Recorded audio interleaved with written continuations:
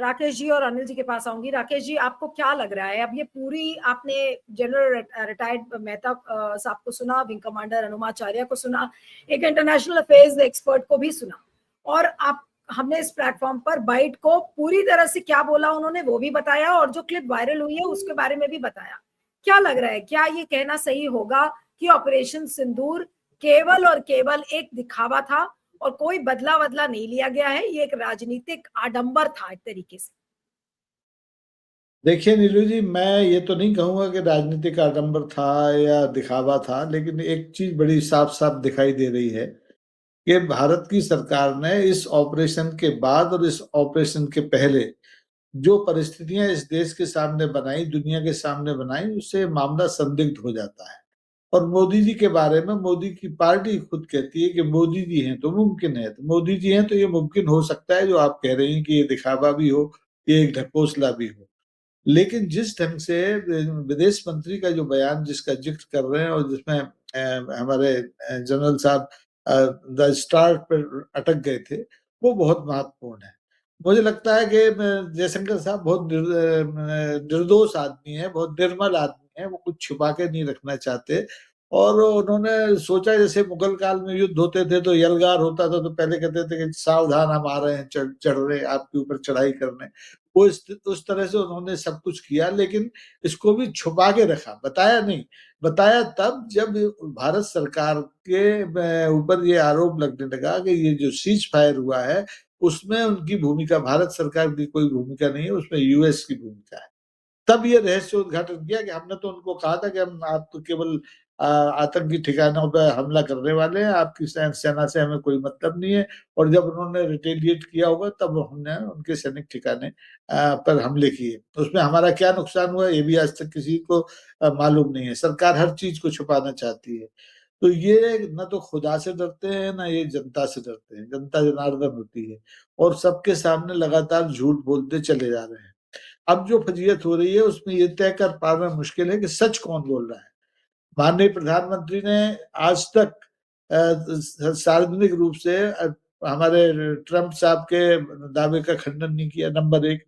Number दो, जो पाकिस्तान के प्रधानमंत्री हैं शाहबाज साहब, वो लगातार उनका आज ही बयान आया कि उनके रक्षा में उसने उनके जनरल ने तो उन्हें बता दिया था कि हमारे ऊपर अटैक होने वाला है, हालात बहुत खराब है, हमने भी रिटेलिएट करके उनका बहुत सारा नुकसान कर दिया है। तो हमने तो उनसे कहा कि हम तो स्विमिंग पूल में नहा रहे हैं, तुम्हें जो करना है करो। तीसरा, अब जयशंकर का बयान आ गया, तो अब ये तय करना मुश्किल है कि सच कौन बोल रहा है। तो या तो इन तीनों को लाई डिटेक्टर पे बिठाया जाए, ट्रंप को, मोदी जी को, जयशंकर को, पता किया जाए कि भाई झूठ कौन बोल रहा है और सच कौन बोल रहा है। या फिर जो परिस्थितिजन्य साक्ष्य हैं उसके हिसाब से ये साफ जाहिर है कि ये एक तरह से राजनीतिक प्रपंच था और राजनीतिक लाभ लेने के लिए किया गया है। किया तो क्या, सेना ने तो अपना काम किया, जैसा कि अनुमा जी ने भी कहा, जैसा कि हमारे जनरल साहब ने भी कहा, सेना को जो आपने हाथ खोल दिए उन्होंने अपना काम कर दिखाया। लेकिन आपने सेना के हाथ इतनी जल्दी बांध दिए, 3 दिन में बांध दिए, इसको लेके लोग हैरान है। क्योंकि जब हमने कारगिल लड़ा तो हमने 56 दिन तक लड़ाई लड़ी थी। हमने 1971 का जब युद्ध लड़ा पाकिस्तान के खिलाफ, बांग्लादेश जब बना, 19 दिन हमने लड़ाई लड़ी। हमने 90,000 लोगों को, उनकी सेना के लोगों को घुटनों के बल टिका दिया, बाद में वापस कर दिया। ये हमारी एक उदारता हो सकती थी, लेकिन ये उदारता नहीं हो सकती कि हम कहें कि आपको सावधान कर दें कि भैया आप अपने आतंकी ठिकानों को बचाना हो तो बचा लो, अब तो वहां हमला करने जा रहे हैं, तुम्हारे सैनिक ठिकानों से अब नहीं बोलेंगे। अरे भाई, जब आप किसी की सीमा में घुसेंगे, उसकी संप्रभुता को लांघेंगे, वहां मिसाइल गिराएंगे, बम गिराएंगे, तो वो हाथ पे हाथ धरे तो नहीं बैठे होंगे। और वहां की सेना ने भी कोई मेहंदी लगाई नहीं होगी, चूड़ियां पहन के नहीं बैठी, उन्होंने रिटेलिएट किया। और कितना नुकसान हुआ ये जानने के लिए देश आज भी आतुर है। पता नहीं हमारा एक विमान गिरा, 2 गिरे, 3 गिरे, 4 गिरे, या एक भी नहीं गिरा। बताइए तो आप। पाकिस्तान ने इन 3 दिन के ऑपरेशन सिंदूर के रहते अपनी संसद को पल पल की जानकारी दी। वहां का रक्षा मंत्री संसद में बोला, वहां का प्रधानमंत्री संसद में बोला, वहां का विपक्ष संसद में बोला। विपक्ष ने अपने सेनाध्यक्ष को क्या क्या नहीं कहा, ये सब ने पूरी दुनिया ने सुना।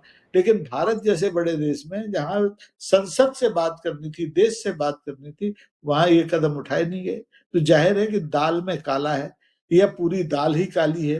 तो अब ये जो रहस्य है, ये मीडिया का दायित्व है कि वो भी तलाश करे, ये संसद का दायित्व है कि वो भी तलाश करे, और जो सो मोटो आजकल हमारी अदालत कदम उठाती है उसका भी दायित्व है कि वो सरकार से सवाल करे कि भाई आप आखिर ये चल कर क्या रहा है, भारत की फजीयत क्यों हो रही है सीज फायर के मुद्दे पर? आपका विदेश मंत्री कुछ बोल रहा है, प्रधानमंत्री कुछ बोल रहा है, और जिस पे हमने हमला किया वो कुछ बोल रहा है, जो आपका दोस्त है वो कुछ और बोल रहा है। तो सच तो बताइए देश को। अगर आप सच नहीं बताएंगे तो ये देश भ्रम में रहेगा, और ये माना जाएगा कि जो कुछ भी हुआ है इन 22 तारीख से लेकर के 10 मई तक, 22 अप्रैल से 10 मई तक, इसके इसको आपने रफा दफा करने के लिए एक बहुत बड़े स्तर पर राजनीति की है, और इसके लिए ऊपर वाला माफ नहीं करेगा। जनता तो माफ कर दे तो कर दे, भगवान जाने, लेकिन ऊपर वाला माफ नहीं करेगा। जी अचल साहब क्या कहेंगे अंत में? जी मैं सिर्फ इतना कहना चाहता हूं कि सीज फायर इतनी आसान चीज नहीं होती है। अभी आपने देखा यूक्रेन और रूस के बीच में सीज फायर को लेकर के दोनों पक्षों के वरिष्ठ अधिकारियों की बैठक 2 घंटे 2.5 घंटे चली, कोई फैसला नहीं हुआ। और हमारे यहाँ एक डीजीएमओ, एक सैन्य अधिकारी बात कर ले और हम कहते हो कि ठीक है धन्यवाद, हमने अपना गोला बारूद बंद कर दिया चलाना। तो एक तो ये संदिग्ध है। दूसरा ये एस जयशंकर का जो वक्तव्य है, ये देखिए उनका निजी वक्तव्य नहीं है, वो एक मंत्रिमंडल सामूहिक जिम्मेदारी होती है, पूरी सरकार की ओर से दिया गया बयान है।